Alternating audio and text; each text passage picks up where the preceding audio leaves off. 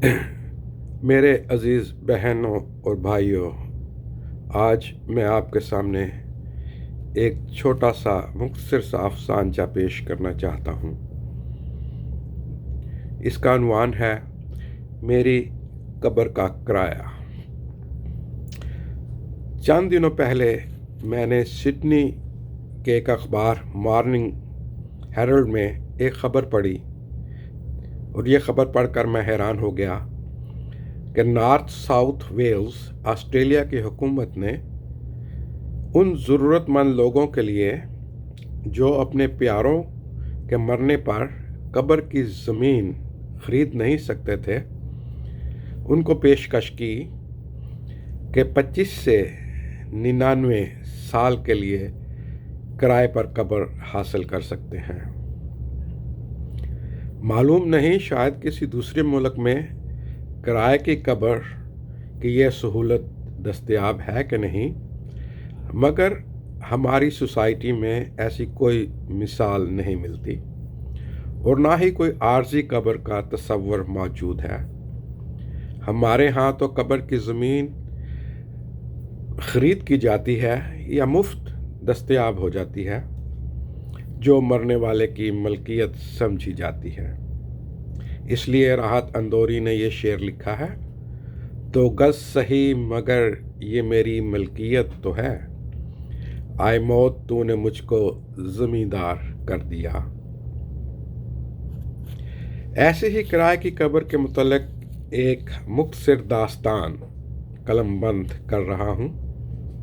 मैं सहराई गांव के एक कब्रिस्तान में जा बैठा कि एक बुज़ुर्ग की कब्र पर हाज़री दूं। दोपहर की सख्त गर्मी ने मैंने एक सुनसान कब्र के ऊपर एक उधेड़ उम्र औरत को फूल चढ़ाते हुए देखा। मैं एक तजस्सुस लेकर उस औरत के पास गया कि पूछूं ये किसकी कब्र है और ये औरत उस पर क्यों आंसू बहा रही है। मैं ये सवाल करने ही वाला था कि औरत ने एक किताबचा मेरे हाथ में थमा दिया और मेरी तरफ किसी मदद की नज़र से देखकर दूसरी तरफ रवाना हो गई। मैं वह किताबचा लेकर ज़मीन पर बैठ गया और उसे पढ़ना शुरू कर दिया। वो औरत लिखती है, मेरा नाम सूदा है और अब सारे गांव के लोग मुझे सूदा माई के नाम से जानते हैं। ये कोई 50 साल पुरानी बात है कि मैं एक खूबसूरत नौजवान से मोहब्बत में गिरफ़्तार हो गई, मगर मेरे वालिदैन को हमारी शादी इसलिए राज़ी ना थी कि वो लड़का हमारे कबीले से नहीं था। मैंने वालिदैन की मर्ज़ी के ख़िलाफ़ उस लड़के के साथ भाग कर शादी कर ली। मुझे मालूम था कि अगर वालिदैन को पता चल गया तो वो हमें मार देंगे, इसलिए हम दूसरे गांव में जा बसे जहां उस लड़के के रिश्तेदार रहते थे।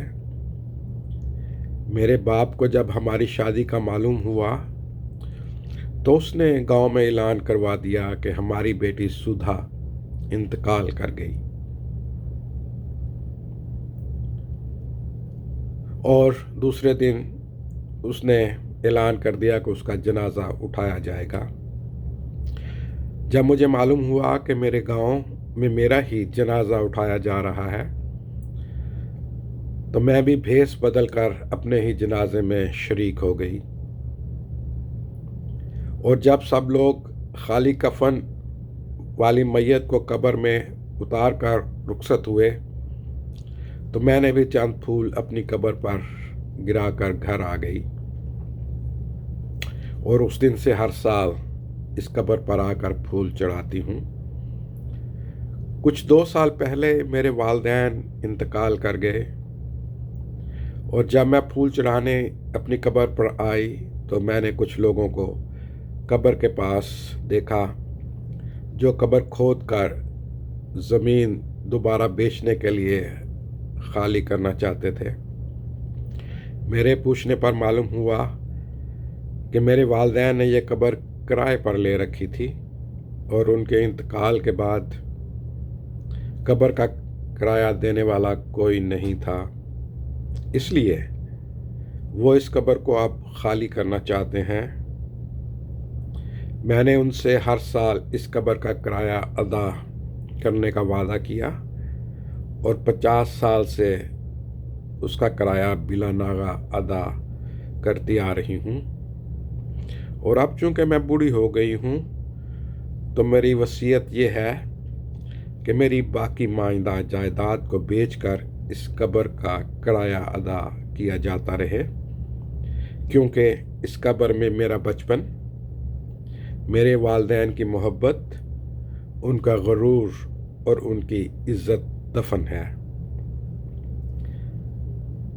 मैं ये रुदात पढ़ने के बाद औरत की तलाश में निकला, मगर वह मुझे कहीं न मिली। गांव की पंचायत ने इस औरत की जायदाद से एक सुधा माई ट्रस्ट कायम कर दिया, जो आज तक ज़रूरतमंद लोगों की कब्रों का किराया अदा करती है। शुक्रिया। उम्मीद है यह अफसाना आपको पसंद आया होगा।